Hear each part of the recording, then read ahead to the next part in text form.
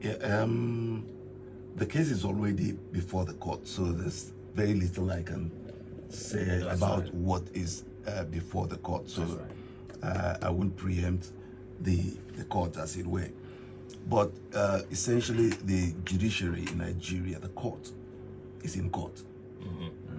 Court in Nigeria, right from the lowest court of the land to the highest court of the land, is in court, both in the very precinct where it delivers justice and in the court of public opinion. And so it's a very critical time in the history of Nigeria where citizens are almost at the cups of losing faith in the court. And when we lose faith in the court, it is one of the worst things. But that's not for me, because the reason that I took the matter to court is because I still believe that the Nigerian judicial system can offer justice that is seen, felt, and experienced. And so that's why I went to court. Yesterday was good because when we got to the court, even though the magistrate again attempted to bully me, I still stood my ground. What happened in court yesterday was I went as early as possible. I sat down quietly.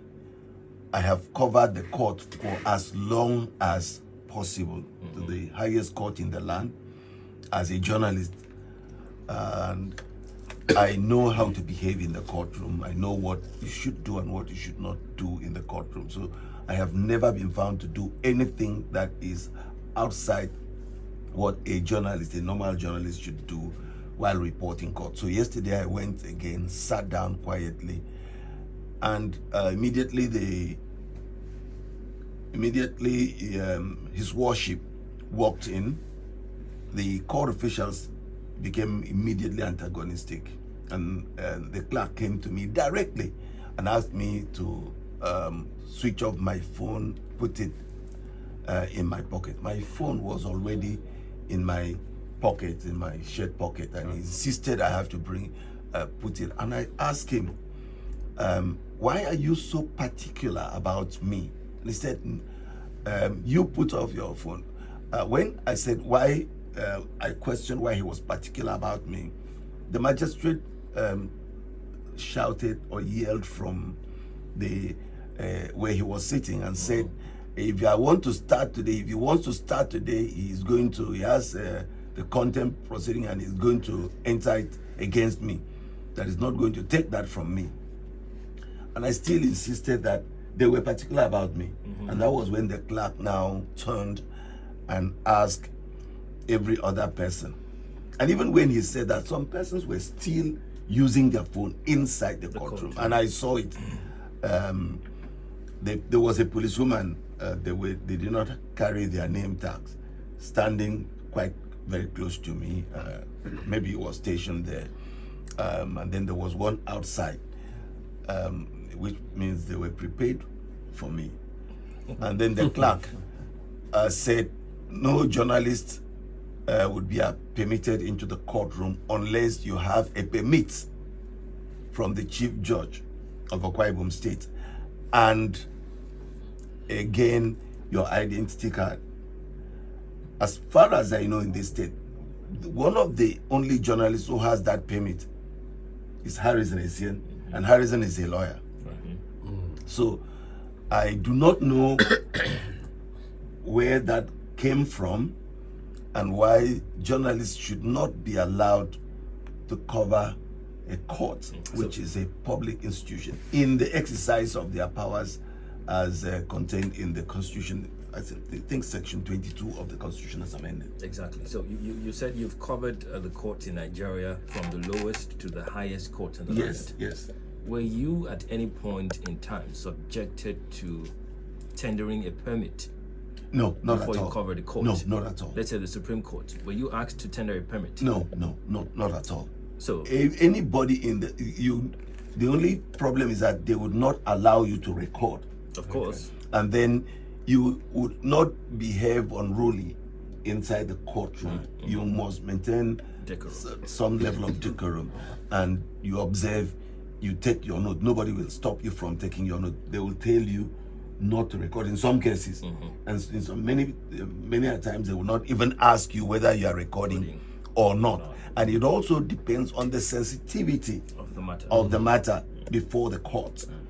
And so if the matter is not that sensitive of national security implication or things there too, nobody will even bother about having you in court. I have an experience. There was an experience where a friend of mine, it became a friend of mine, Sebastian Horn, a senior advocate of Nigeria, one of the most brilliant lawyers in this country.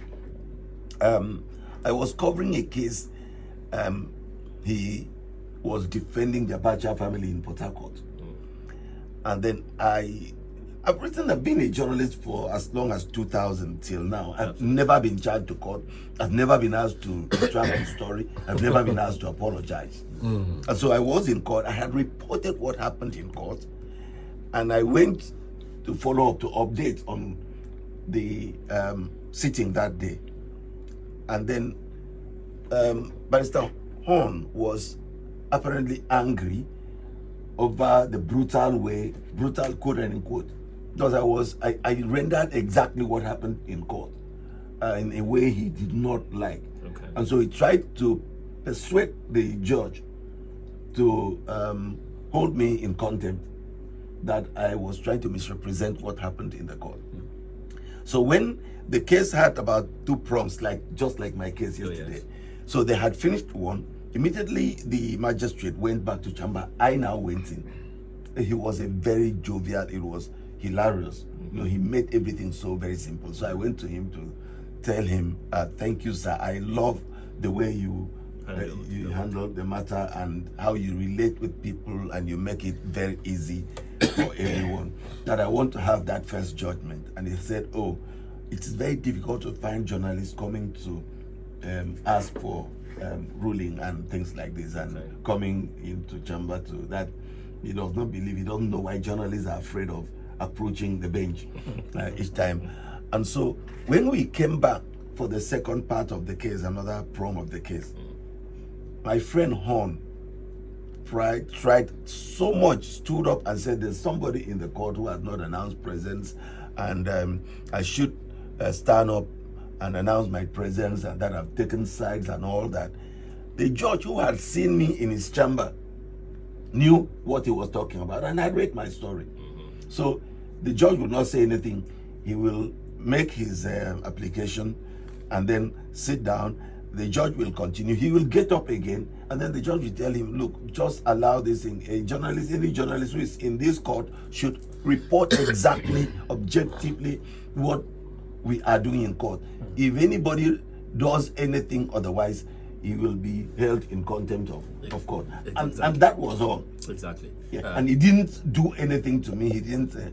That issue, that was the closest I got to having a confrontation with a judge, with the court. Exactly. So you've had this experience, and now you're coming back to what Nigerians may consider the court at the lowest rung, the magistrate court. That's it's not a court of record. Yes, at the court that should deliver justice to citizens at the very grassroots. Yes.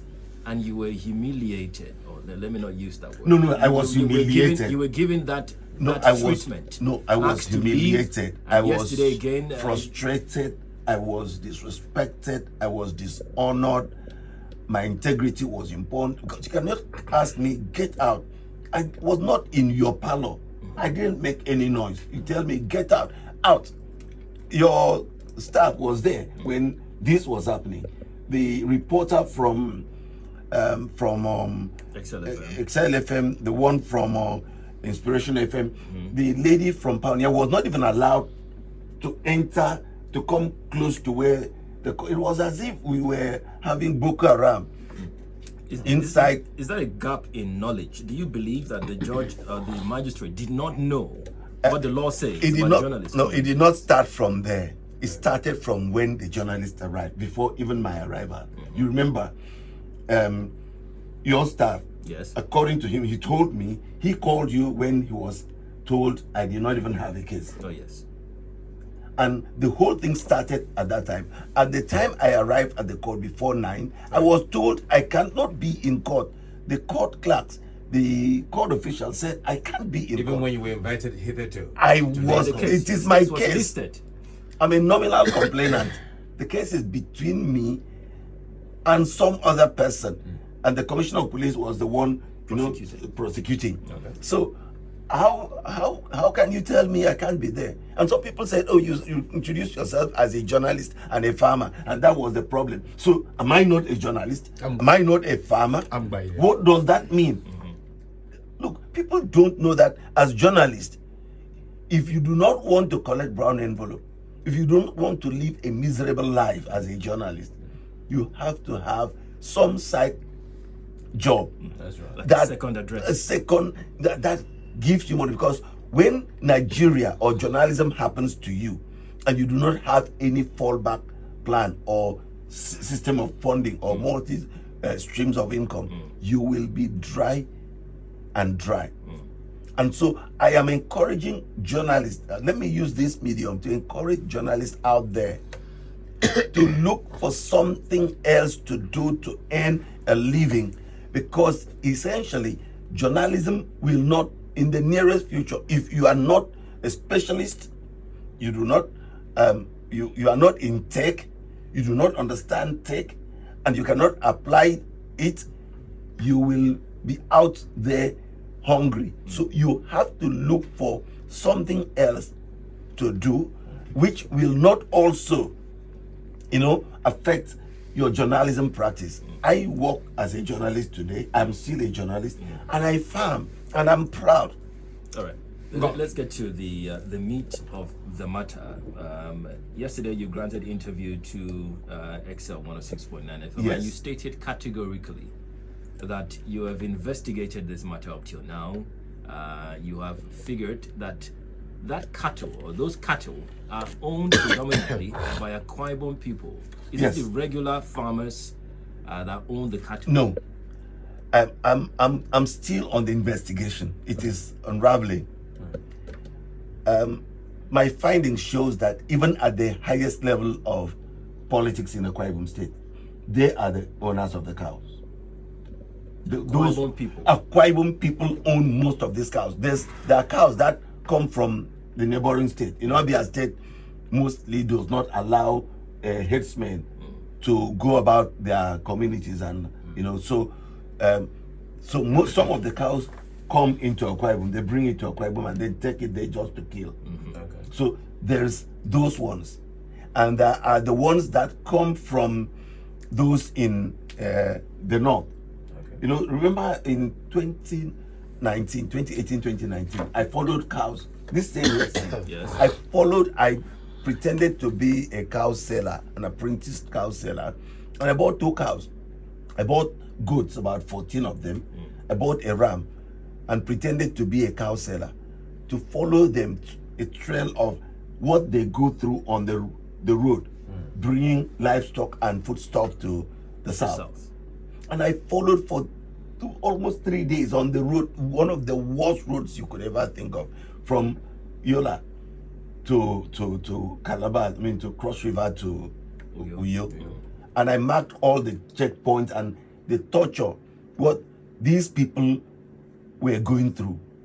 That story won the Wole Soyinka Award for 2019. Yes, it did. One of the best stories I have ever done, and the experience was crazy. Because while I was going back, we were encountered by these so-called bandits. It was not this bad at the time. Yes, at the time, but we encountered them in the road, and the driver parked the car and we ran into the bush. All of us entered the bush and we slept in the bush. So you paid that price, and now Yes. you're a farmer. And then the same people that I defended, because after that story, all the state governors dismantled the checkpoints and the military, everybody, things were easy for them. I did that because they are Nigerians, they are doing legitimate business. But now I'm also doing a legitimate business, and I did this because the governor Let's not play pranks with this. The governor asked all of Akwa Ibomite to go back to the farm. And like I said, he declared a public holiday. Initially, it was two days. 2 days. In 2 days in a month. In a month. And then ask people to go into farming. And it is the initial letter of the Arise agenda. I embraced it totally. Came in. I've lost money in farming. I've lost so much money. It was in this state that I gave somebody money to, he came presenting a proposal telling me how farming is lucrative, and farming is good. It's lucrative. And I gave him money. He ate the money and blamed climate change. Now I'm farming. It is not climate change that damaged my crop. Herdsmen damaged my crop. And to be sincere, I knew it could happen. And then I got barbed wire round the whole farm, the whole expanse of the farm. There's barbed wire. Almost 3 hectares. Almost 3 hectares. And these people will come, cut the barbed wire from the bush where you cannot see, and bring in cattle. Hundreds of cattle. So that's inside. intentional. Intentional. Do you feel you're being targeted? I can't say yet, but let me put it on record here. If anything happens to me anywhere when I'm in Nigeria, anywhere in this country, they should hold the herdsmen responsible. And I'm saying that clearly because I've been targeted now. Like the other day I was in the farm, somebody came on a bike, stopped, walked in, and was looking as if he was looking for something in my farm, and then climbed the back. By the time I went out there to ask, what are you looking for? He climbed the back and left. Have you received any verbal threats? No verbal threats at all. But let me say something here, and it is not in the public domain. The police should be asked, what happened when that header was taken in for investigation? That header, the same header who invaded my farm, stabbed a policeman, and the case is still in the same magistrate court. He stabbed one policeman, one Imo. He stabbed the policeman when he tried to escape. I do not know how he got a dagger inside him or how he carried a dagger into the police headquarters. I'm challenging the police to say it is not true. He stabbed a policeman, and if he could stab a policeman within the precinct of the police headquarters, you know what is happening. People are talking about how they are killing innocent farmers in the villages, and nobody seems to be interested or doing something about it. The government is I let the commissioner for internal security said there's no place in the anti-grazing law, open grazing law, that says cattle should not be good. Does he study English? No, Anti-open semantics, common semantics, anti-open grazing. That is the title of the law. And you are telling me, where did you study? With due respect, sir, that in a law that says anti-open grazing, and you could come on live television in front of the governor, and the governor did not reprimand him, that shows that maybe he owns a cow, or maybe those in the room own cows. Because I'm no surprise, because a few years ago, I can quote a name because I got to live. The single senator China Star Station, okay, politician gets the The chairman of your local government told me that those who own the cows I see walking majestically, taking right of way on public roads in estates like warehousing, like shelter, like Osama, and even 4 lanes. 4 lanes. They are owned by politicians from Akwa Ibom State, and we have their names. And even as we are going, if this madness is not stopped, we will name names, name the number of cows each person owns, where they are, and we will make Akwa Ibom people know that those who are sending cows to eat your crops are your leaders. Your brothers. And then also you confirmed that the commissioner for police, is it last year, 3 of us, we interviewed him in the office, also confirmed that the big guys them. Yes. Exactly. So let's make sense of this. Do you think that the governor is not aware of the? The governor is aware. The governor is Why do aware. you think the governor not doubling down on the law? You ask the governor. I'm not the governor. Do you think the governor owns a cow? When it gets there, we'll talk about it. All right, so let's talk about insecurity. We know that in some states in Nigeria, it started like this. It was not controlled, and it blew up to become what it is. Yeah, the way it's going in Akwa Ibom, do we keep fingers crossed? I have warned. I have investigated the crisis between herders. This so-called farmer herder crisis. It has nothing to do with farmer herder crisis. I put it on record, and I want to be contradicted that this is not about farmers and herders. Okay. Our politicians who are bringing some of these people into our communities and they're unleashing violence on our people should know that they are preparing ground for conquest. What is happening in Benue?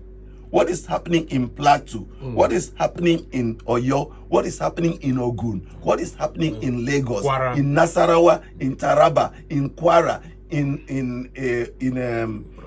Borno, Zamfara. not just Benue, Kogi, Zamfara. These are people who are not just about the cattle.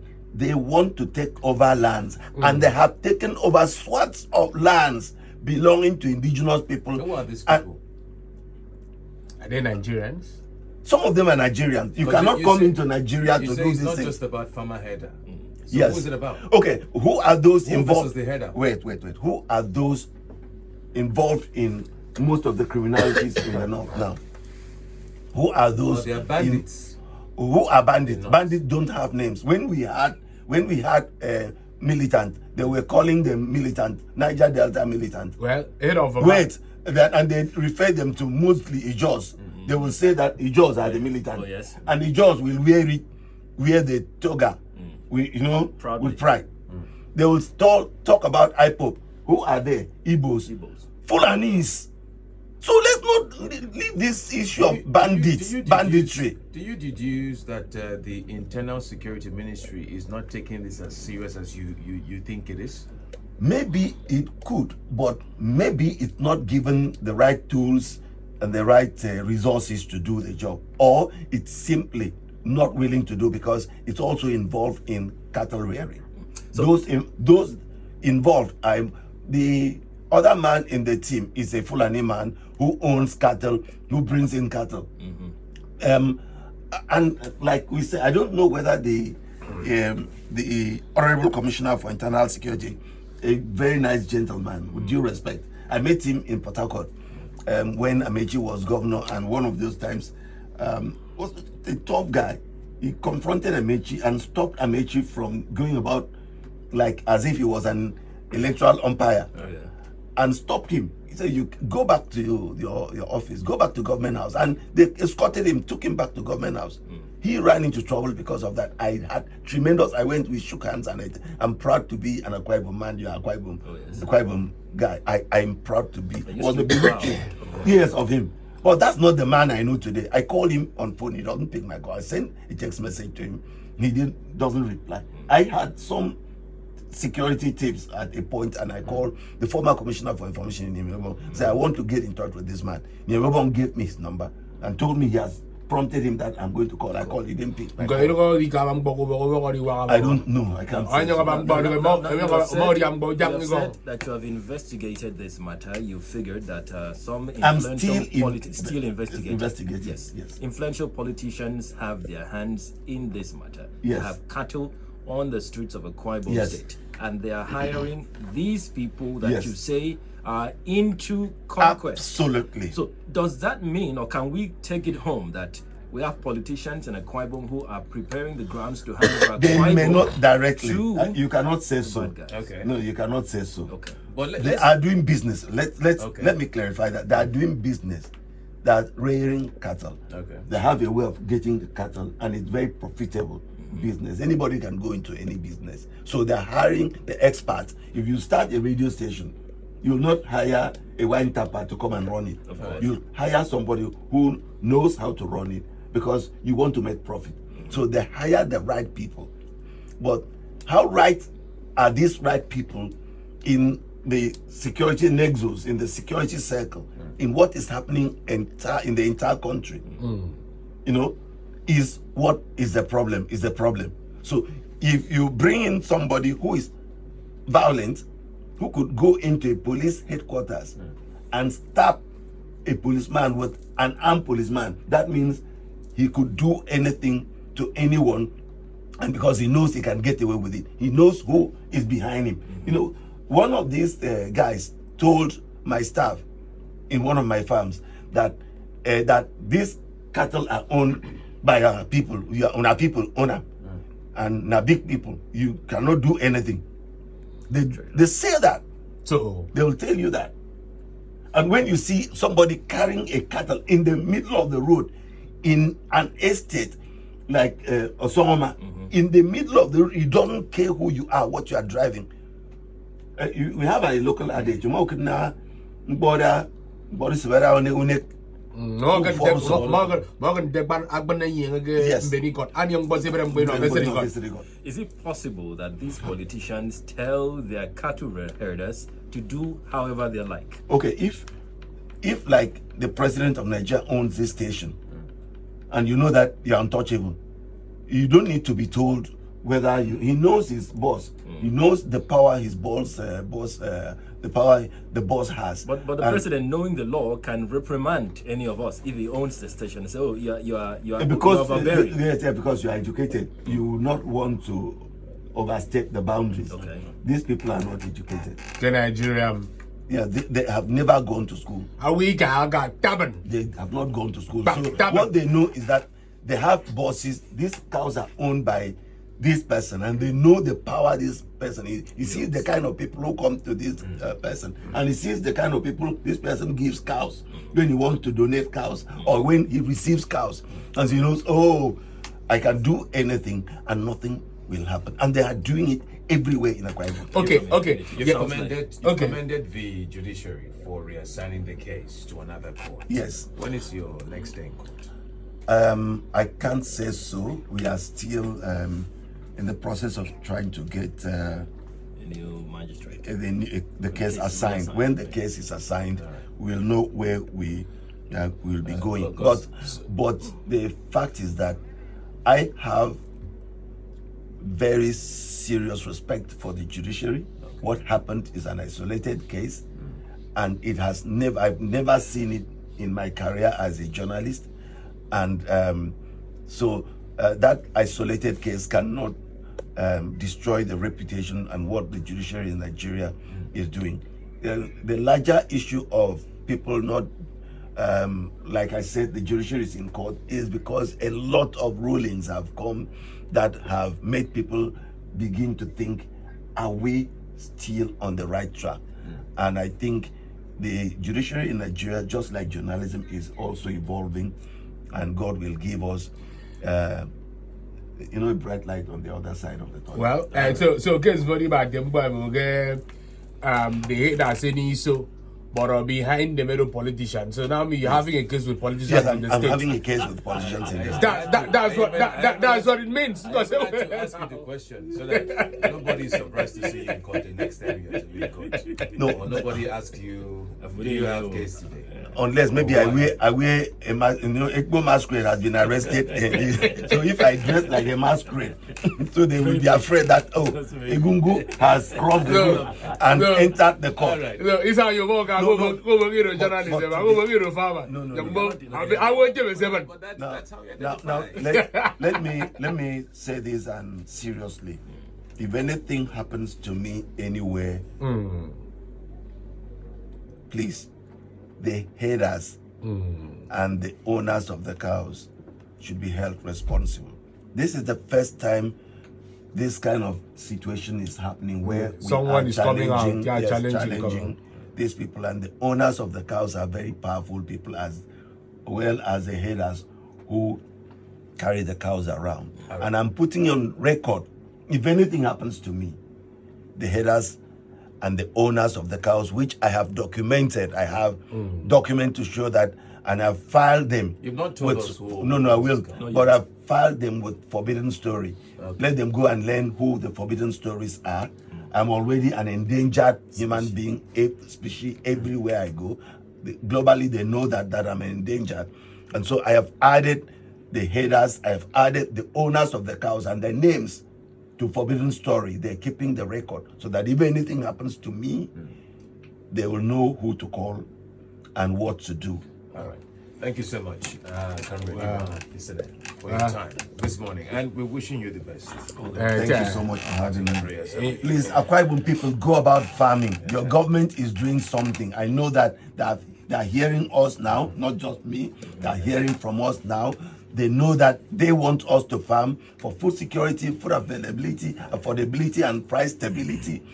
That is why we have to farm. God bless Akwa Ibom State.